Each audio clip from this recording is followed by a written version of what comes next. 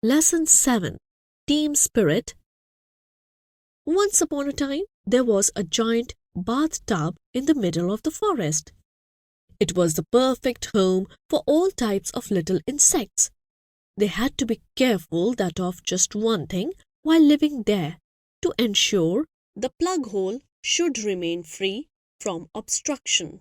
Otherwise, they might all drown if it rains suddenly. The burly beetles were put in charge of keeping an eye on the plug hole to make sure that it was never blocked. However, one day, disaster struck. The plug hole was blocked by a huge watermelon.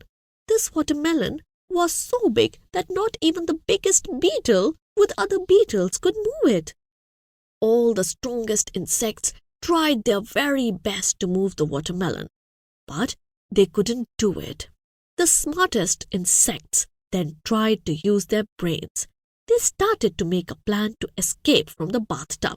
Suddenly, a foreign ant asked if she could take the watermelon away with her. Very funny indeed. But the ant was not joking at all. At the end of the day, she returned with thousands of other ants. In perfect order, each ant went up to the watermelon, bit off a piece, and walked off with it. The watermelon is exactly the same as it was before you bit your piece off, said a grasshopper to one ant. Are you sure about it?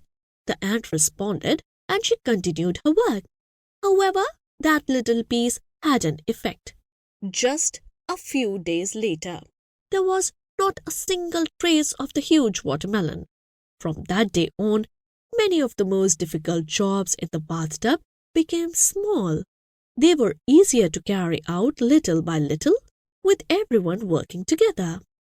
Let's think. Sometimes we might have to work that is very difficult for us to do for our own. At other times, we may not know how to do a particular work. Then we need the help of others.